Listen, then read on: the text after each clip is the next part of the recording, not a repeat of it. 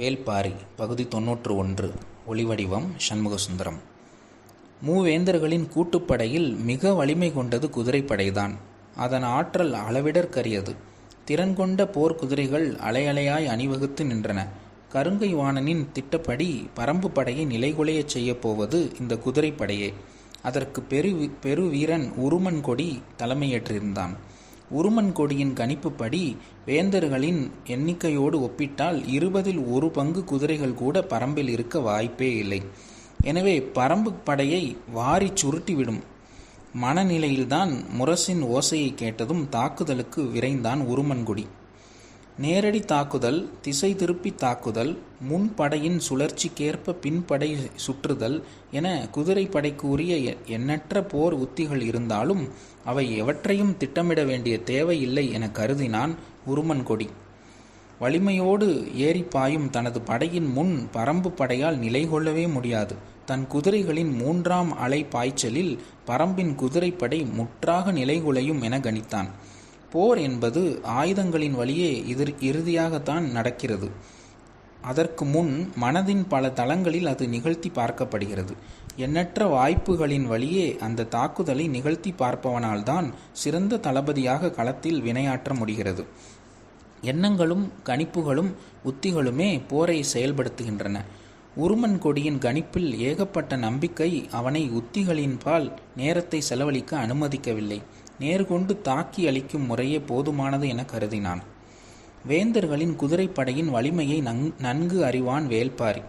மூவேந்தர்களின் ஒருங்கிணைந்த படையில் குதிரைகளின் எண்ணிக்கையும் அவற்றின் ஆற்றலும் அதற்கு முன் கண்டிராத ஒன்றாக இருக்கப் போகிறது என கணித்தான்.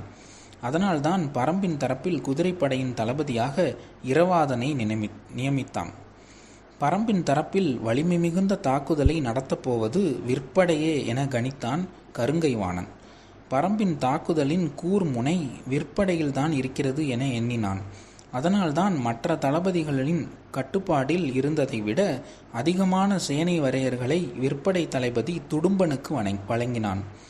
14 சேனை வரையர்களை கொண்ட துடும்பன் தனது உத்திகளின் மூலம் பரம்பு படையை வீழ்த்த வீறு கொண்டு முன் நகர்ந்தான். உத்திகளின் தொடக்கம் மட்டுமே முன்முடிவாகிறது.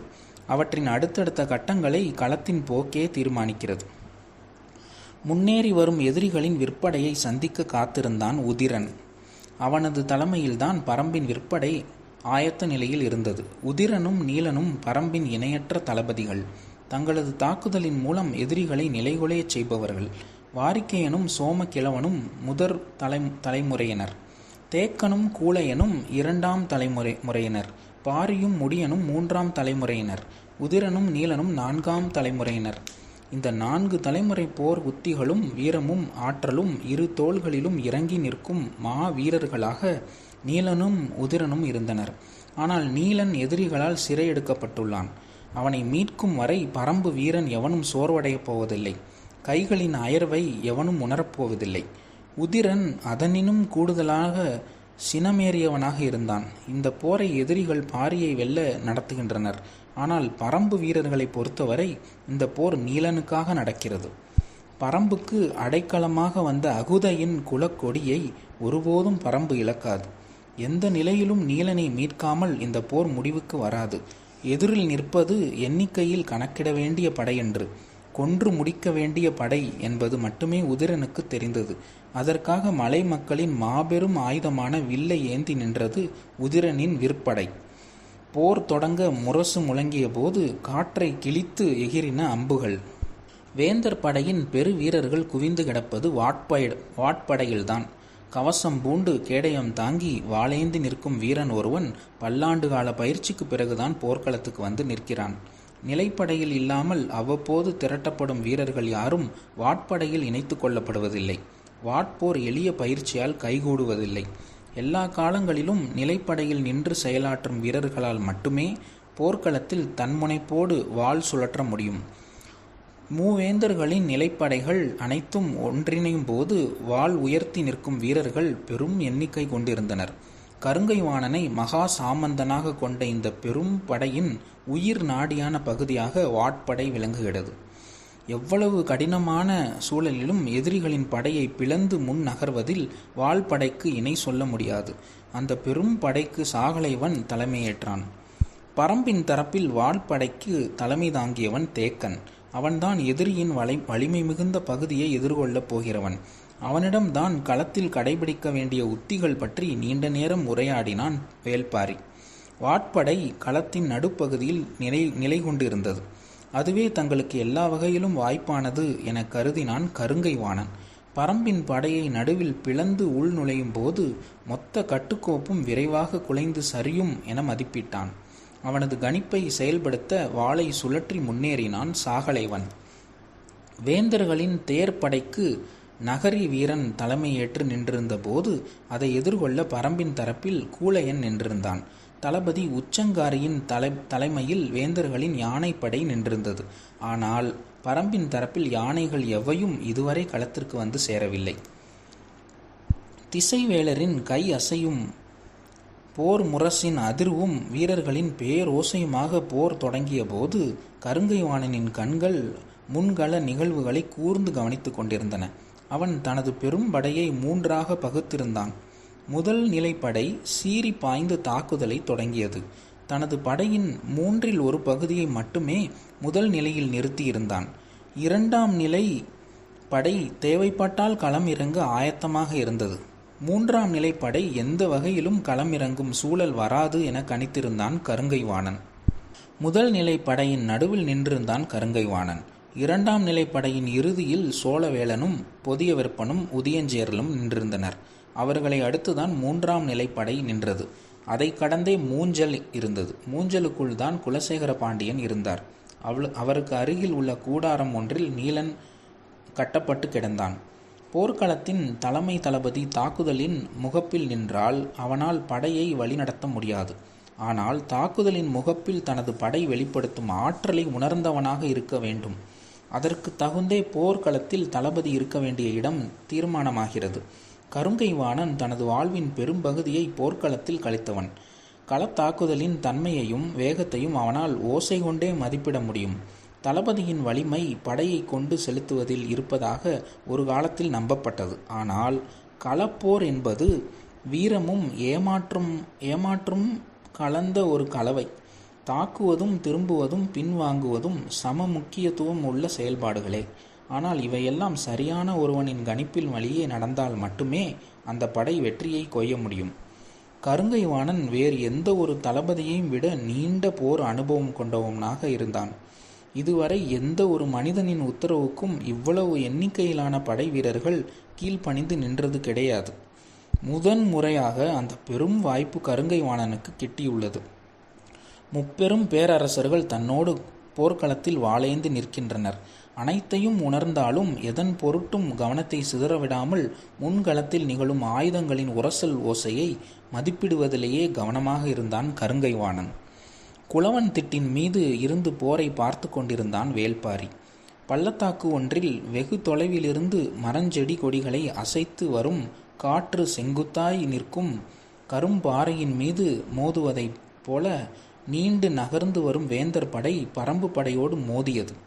பாரி தனது படையை 3 நிலைகளாக பிரிக்கவில்லை, ஒரே நிலையில்தான் வைத்திருந்தான். ஆனால் தாக்குதல் உத்தியை 3ஆக பிரித்திருந்தான். போர் பகலின் 20 நாழிகையில் நடக்கிறது. முதல் 10 நாழிகையில் கடைபிடிக்க வேண்டிய உத்தியை ஒன்றாகவும், அடுத்த 5 நாழிகைக்கான உத்தியை வேறொன்றாகவும், இறுதியான 5 நாழிகைக்கான உத்தியை மற்றொன்றாகவும் தீர்மானித்திருந்தான் பாரி. தீர்மானம் என்பது முன் திட்டமிடல் மட்டும்தான். எந்த ஒரு முன் திட்டமிடலும் வாய்ப்புகளை மையப்படுத்தியே வடிவமைக்கப்படுகிறது. வாய்ப்பற்றவற்றின் காரணிகளை கணக்கில் எடுத்துக்கொண்டாலும் அதற்கு வடிவம் கொடுக்க முடிவதில்லை. அதனால்தான் களத்தின் தேவைக்கு ஏற்ப புதிய முடிவுகளை விரைந்து எடுக்கும் தளபதி வெற்றியை அடைகிறான். பரம்பின் தளபதிகள் அனைவருக்கும் திட்டம் தெளிவாக விளக்கப்பட்டிருந்தது. ஆனால் நிலைமை என்பது போர்க்களத்தில்தான் தீர்மானமாகிறது. அதற்கு தகுந்த புதிய முடிவுகளை அவர்கள் எடுப்பதில் எந்த தடையும் இல்லை. ஆனால் வேந்தர் படையில் முடிவெடுக்கும் அதிகாரம் கருங்கைவாணனுக்கும் அவனுக்கு மேலே இருப்பவர்களுக்கும் தான் இருந்தது. முன்களத்தில் நின்று போரிடும் தளபதிகளுக்கு இல்லை. கருங்கைவாணன் கணித்தது போலவே வேந்தர் படையின் குதிரைப்படை எகிரி முன்னேறியது. எதிரி தாக்கு பிடித்து நிற்பான் என அவன் கணித்ததில் பாதி அளவு நேரம் கூட பரம்பு படையால் தாக்கு பிடிக்க முடியவில்லை. அலையலையாக வந்து எகிரின குதிரைகள். பரம்பு வீரர்களால் முன் நுழைந்து உள்ளே புக முடியாத அளவுக்கு வேகமும் அடர்த்தியும் கொண்டதாக இருந்தது வேந்தர் படை. அதன் தாக்குதலின் வேகம் அறிந்து திசையை திருப்பியது பரம்பு படை. பரம்பு படை திரும்பத் தொடங்கியதும் பெரும் கூச்சலிட்ட உருமன் கொடி கையில் இருந்த வாளை இருமுறை சுழற்றி பேரோசை எழுப்பினான். அவனது ஓசையை கேட்டதும் குதிரைப்படையின் முரசொலிப்பாளன் முரசுகளை மாற்றி ஒலித்தான். பின் திரும்பும் பரம்பு வீரர்களை வேந்தர்களின் குதிரைப்படை வீரர்கள் உற்சாகத்தோடும் ஆவேசத்தோடும் விரட்டத் தொடங்கினர். 6 அணிகளாக பிரிந்து தன் படை வீரர்கள் பின்னோக்கி செல்ல உத்தரவிட்டிருந்தான் இரவாதன். அந்த உத்தரவு போர் தொடங்கும் முன்பே திட்டமிடப்பட்டதுதான். வேந்தர்களின் படையை மிகச் சிறிது நேரம் மட்டுமே எதிர்கொண்டு தாக்கிவிட்டு கலைந்து பின் செல்ல வேண்டும் என்பது முன்முடிவு. பரம்பு வீரர்கள் திட்டமிட்டது போலவே குதிரையை திருப்பினர். ஆனால் திரும்பிய வேகத்தில் குதிரைகளின் ஓட்டம் பல மடங்கு பெருகியது. மலை மேடுகளிலே பாய்ந்து போகும் பழக்கம் கொண்ட பரம்பின் குதிரைகள் கன நேரத்தில் உச்ச வேகத்தை அடைந்தன. அவர்களை அளவற்ற வேகத்தில் விரட்டி வந்தது வேந்தர் படை. விரட்டிச் செல்ல தன் படைகளை அடுத்தடுத்து அனுப்பிக்கொண்டே இருந்தான் உருமன்கொடி. இத்துடன் பரம்பின் குதிரைப்படை முழுமுற்றாக அழிய வேண்டும் என்னும் ஆவேசத்தோடு படைகளுக்கு உத்தரவிட்டான் உருமன்கொடி. இரவாதன் கணித்ததை விட மிக குறுகிய தொலைவிலேயே வேந்தர் படை குதிரைகள் வேகத்தை இழந்தன. பாய்ந்து முன்னகரும் கால்களால் அடுத்த அடியை எடுத்து வைக்க முடியவில்லை. தேங்க தொடங்கின வேந்தர் படை குதிரைகள். ஈக்கி மணலும் கூர்முனை கொண்ட கருமணலும் தகித்து கிடக்கும் நிலம் அது என்று தட்டியங்காட்டு மண்ணை பற்றி இகுலி கிழவன் சொன்னதும் பாரி முடிவு செய்தான். வேந்தர் படை குதிரைகளின் குளம்புகள் இவற்றை தாங்காது என்று. பரம்பின் குதிரைகள் மலை காடுகளில் காலம் முழுமையும் அலைபவை. எனவே அவற்றுக்கு சமவெளி குதிரைகளுக்கு போடுவது போல கால் குளம்பில் அரைவட்ட வடிவிலான குளம்பு குரடு போடுவதில்லை. பாறைகளின் கூர்முனை குளம்பின் இதர பகுதியை குத்தி கிழித்துவிடும். தொடக்க நாளில் இதற்கு மாற்று என்ன செய்வது என பரம்பின் மருத்துவர்கள் தீவிரமாக ஆலோசித்தார்கள். அப்போதுதான் செம்பு களிமண்ணை பூசுவது என முடிவானது.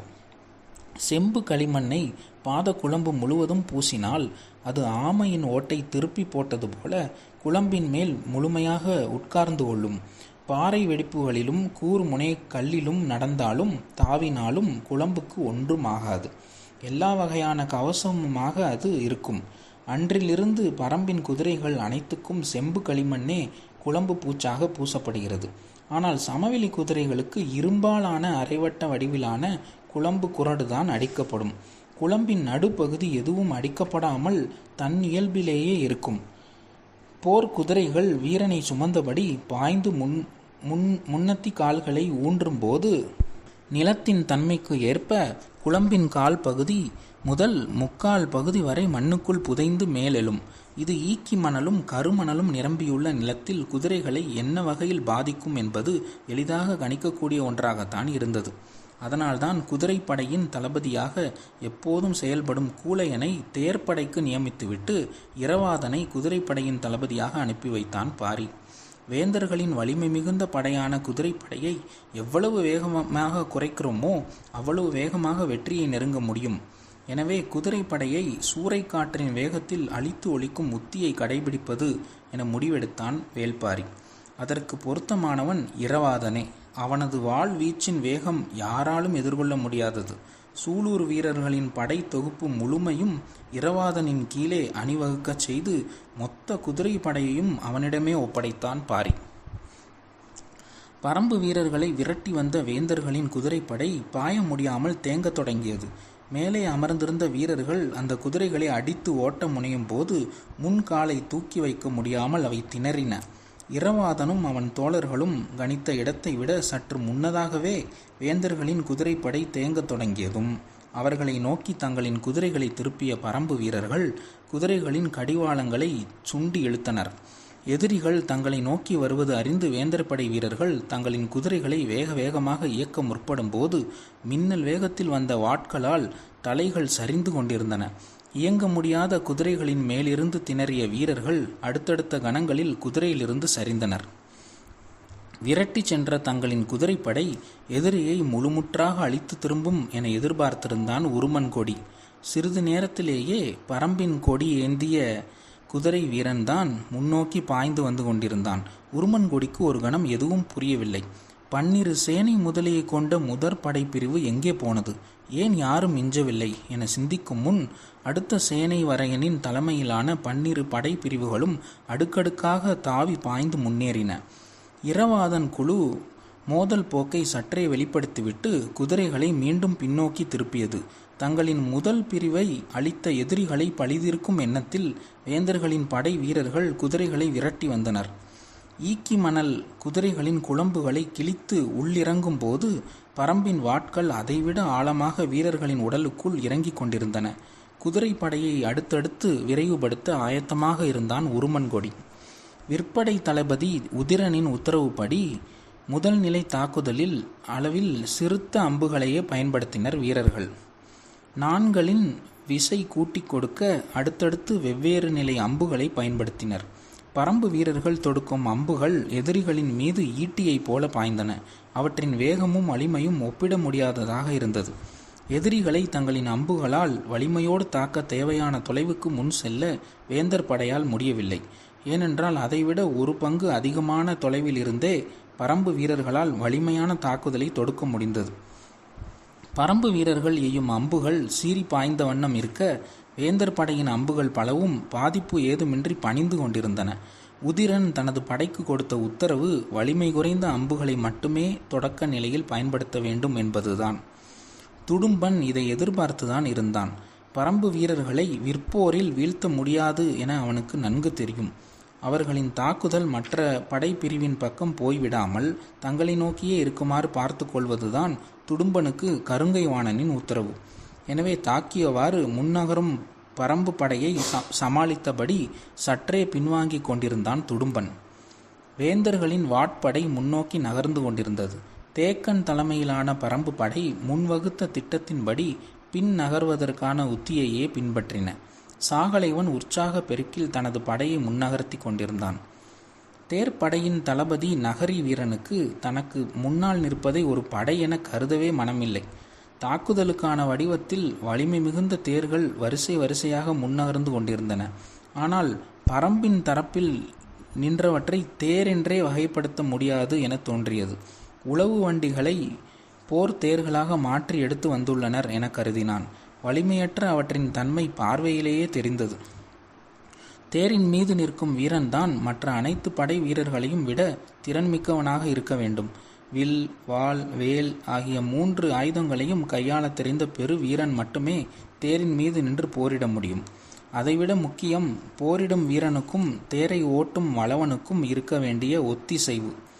குதிரைகளை அசைவிடாமல் நிறுத்தி வைக்கவும் இசைவுக்கு ஏற்ப திருப்பி வைக்கவும் அவன் வீரனின் மனமறிந்து செயல்படுபவனாக இருக்க வேண்டும். போர் நிலம் எவ்விடமும் சமநிலத்தை கொண்டதன்று. மேடு பள்ளங்களும் ஏற்ற இறக்கங்களும் கொண்ட பால் நிலமாகத்தான் இருக்கும். எனவே தேரை சிறிது முன்னேற்ற வேண்டுமானாலும் குதிரைகளை விரைந்து இழுக்கச் செய்து முன்னகர்த்த வேண்டும். சுண்டி நகரும் தேரின் மீது நின்று போரிடுபவன் ஆயுதங்களை கையாளுதல் எளிதல்ல. சக்கரங்களை உருட்டுவதையும் உருட்டாமல் நிறுத்துவதையும் திறம்படச் செய்கிற வளவனின் கையில்தான் மேலே நின்று போராடும் வீரனின் முழு ஆற்றலும் இருக்கிறது. நாக்குக்கு நடுவில் கடைவாயில் பொருந்தி இருக்கும் கடிவாளத்தை எந்த நேரமும் இழுத்து பிடித்தபடியே இருக்கும் சூழல் ஏற்பட்டால் எந்த குதிரையும் தனது ஒழுங்கை ஒரு துள்ளலில் உதறி எறிந்துவிடும். அதை உணர்ந்தவனாக வளவன் இருந்தால் மட்டுமே முழு நாளும் போர்க்களத்தில் கட்டுப்பாடு இழக்காமல் குதிரையை செலுத்த முடியும். வளவன் தேரை நிறுத்தும் தன்மையை புரிந்து கொண்டு தாக்குதலை முன்னெடுக்கும் குணமும் புரிதலும் போரிடும் வீரனுக்கு வேண்டும். குதிரையின் மனநிலை, வளவனின் திறமை, வீரனின் வலிமை ஆகிய 3ம் இணைந்தே தேர்ப்படையின் ஆற்றலாக வெளிப்படுகிறது. சீரான வேகத்தில் தாக்குதலை தொடுக்க தனது படைக்கு கூழையன் ஆணையிட்டிருந்தான். ஆனால் வேந்தர்களின் படை தளபதி நகரி வீரன் முழு ஆற்றலையும் வெளிப்படுத்தி முன்னேறி பாய்ந்து செல்ல உத்தரவிட்டான். நாளிகை பரனின் நேர் எதிரே கண் பார்வையின் கடைசி பகுதியை தான் யானை போருக்கான களமாக திசைவேலர் ஒதுக்கியிருந்தார். தட்டியங்காட்டின் கடைக்கோடி பகுதி அது. உச்சங்காரியின் தலைமையில் வேந்தர்களின் யானைப்படை நின்றிருந்தது. பரம்பின் தரப்பில் எந்த ஒரு யானையும் களத்துக்கு வரவில்லை. நீண்ட நேரத்திற்கு பிறகு ஒரே ஒருவன் மட்டும் குதிரையில் போர்க்களம் நோக்கி வந்தான். வருவது யாரென உற்று பார்த்திருந்தான் உச்சங்காரி. வந்து நின்றது வேட்டூர் பழையன். யானைப்படையை எதிர்த்து தன்னந்தனியாக ஒரு கிழவன் குதிரையில் வந்து நிற்பது எதனால் என யாருக்கும் புரியவில்லை. வேட்டூர் பழையன் சொன்னான், பரம்பின் தரப்பில் யானைப்படை ஏதுமில்லை என்று. உச்சங்காரி அதிர்ச்சியோடு பார்த்து கொண்டிருந்தான். போர் விதிகளின்படி யானைப்படை யானைப்படையோடுதான் மோத வேண்டும். அப்படியென்றால் என்ன செய்வது என சிந்தித்த அடுத்த கணம் உச்சங்காரி முடிவெடுத்தான். அப்படியென்றால் நாங்கள் பரம்புக்குள் நுழைவோம் என்று. வேட்டூர் பழையன் கைகளை விரித்து காட்டி சொன்னான், உங்களின் விருப்பம் என்று. அதே வேகத்தோடு உச்சங்காரி தனது படைகளுக்கு ஆணை பிறப்பிக்க ஆயத்தமானான். அதற்குள் அருகில் இருந்த 2ஆம் நிலை தளபதி சொன்னான், தளபதி, நம்மை சிக்க வைத்து அளிக்கும் திட்டம் இதற்குள் இருப்பதாக கருதுகிறேன். எனவே அவசரப்பட்டு முடிவெடுக்க வேண்டாம் என்று. வட்டாற்று தாக்குதலில் சோழனின் யானைப்படையை முழுமுற்றாக அளித்த கதை அனைவருக்கும் தெரியும். அறிவிப்புக்கு ஆயத்தமான உச்சங்காரி சற்றே பொறுமையானான். கருங்கை வாணனிடம் கலந்து பேசிய பிறகே முடிவெடுக்கலாம் என நினைத்தான் உச்சங்காரி. முதல் நிலை படையின் இறுதி பகுதியில் நின்றிருந்த கருங்கை வாணனுக்கு ஒவ்வொரு திசையிலிருந்தும் செய்திகள் வந்த வண்ணமே இருந்தன. அவனிடமிருந்து வேந்தருக்கு செய்திகள் சென்ற வண்ணம் இருந்தன. சம வலிமை கொண்ட இரு படைகள் மோதினால் மோதலின் தொடக்கமே மொத்த ஆற்றலையும் வெளிப்படுத்துவதாக இருக்க வேண்டும். ஆனால் இங்கு நிலைமை அப்படியன்று. சின்னஞ்சிறு படை ஒன்று மாபெரும் படையின் மீது தாக்குதல் தொடுத்து கொண்டிருக்கிறது. எனவே பெரும் படையின் தளபதி மிக பொறுமையோடு வந்து சேரும் செய்திகளை கேட்டுக்கொண்டிருந்தான். எதிர்பார்த்ததைப் போல வாட்படையும் தேர்ப்படையும் முன்னேறி கொண்டிருந்தன. சாகலைவனும் நகரி வீரனும் அடுத்தடுத்ததாக செய்தியை அனுப்பி கொண்டிருந்தனர். விற்படையின் தளபதி துடும்பனும் வகுக்கப்பட்ட உத்தியின் அடிப்படையில் எதிரிகளின் தாக்குதலை கையாண்டு கொண்டிருந்தான். 3 படை பிரிவுகளிலும் எத்தனை சேனை முதலிகள் முன்களத்தில் போரிட்டு கொண்டிருக்கின்றனர் என்ற கணக்கை அருகில் இருந்தவர்கள் சொல்லிக் கொண்டிருந்தனர். கருங்கை வாணன் பெரிதும் எதிர்பார்த்திருந்த குதிரை படையின் முன்னேற்றம் பற்றி இன்னும் செய்திகள் வந்து சேராமல் இருந்தன. அங்கிருந்துதான் முதல் நிலை வெற்றியை அவன் எதிர்பார்த்திருந்தான். அந்த வெற்றியின் அடிப்படையில்தான் அவனது திட்டம் வகுக்கப்பட்டிருந்தது. பரம்பின் மொத்த படை வீரர்களின் எண்ணிக்கையை விட வேந்தர்களின் குதிரைப்படை வீரர்களின் எண்ணிக்கை மிக அதிகம். எனவே முதல் நிலையில் பரம்பு நிலை பின்வாங்கிவிட்டால் உருமன் கொடி தனது வலிமையான குதிரைப்படையை கொண்டு பரம்பு படையை அரைவட்ட சுற்றில் வளைக்க திட்டமிட்டிருந்தான். இடது முனையிலிருந்து வந்து சேர்ந்த செய்தி யானைப்படை பற்றியதாக இருந்தது. உச்சங்காரி பரம்புக்குள் நுழைய அனுமதி கேட்டு செய்தி அனுப்பினான். வட்டாற்று தாக்குதலில் சோழனிடமிருந்து கைப்பற்றப்பட்ட யானைகளே பெரும் எண்ணிக்கையிலானவை. எனவே பரம்பின் தரப்பில் வலிமையான யானைப்படை இருக்கும் என்றுதான் அனைவரும் எதிர்பார்த்திருந்தனர்.